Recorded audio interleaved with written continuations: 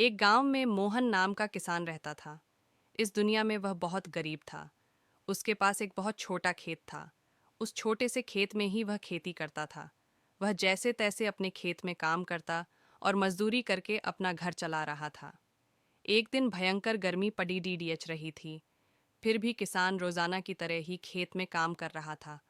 उसे बहुत पसीना हो रहा था। फिर भी वो खेत में हल चला रहा था। उस दौरान खेत में जुताई करते वक्त हल के नीचे से एक लकड़ही का बक्सा निकला। उस किसान ने धीरे से बक्से को निकाला। वह कुछ समझ नहीं पाया कि इस बक्से में क्या है। केवल उसने बक्से को उठाकर खेत के बाहर मेड़ पर रखा दिया। उसने देखा कि यह बक्सा खाली है, तो उसने अपनी दोपहर की रोटियां उसमें रख दी और वापस अपना काम करने लगा।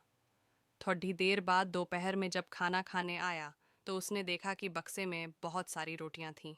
उस किसान को बहुत आश्चर्य हुआ। किसान ने सोचा कि ये तो जादुई बक्सा है।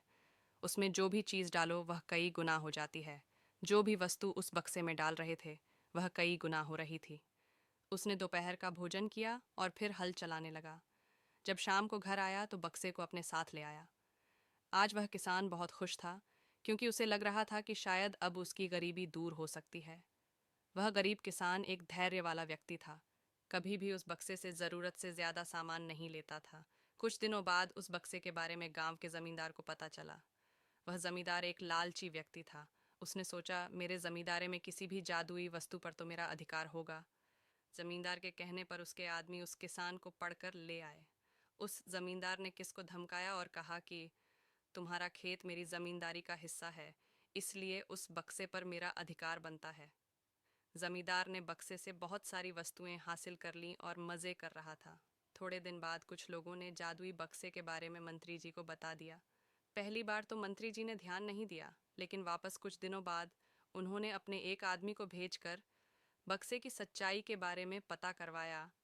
जब उस मंत्री जी के आदमी को बक्से की सच्चाई पता लग गई, तब उसने मंत्री जी को जाकर बताया। मंत्री जी ने तुरंत जमींदार को बुलाया और कहा, तुम्हारे पास जो बक्सा है वह तुरंत मुझे दे दो। जमींदार ने मंत्री जी से हाथ जोड़कर निवेदन किया कि कृपया बक्सा मेरे पास ही रहने दीजिए, उस पर मेरा अधिकार है।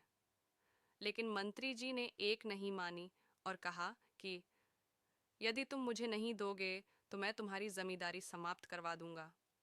जमींदार ने डर कर बक्सा सौंप दिया।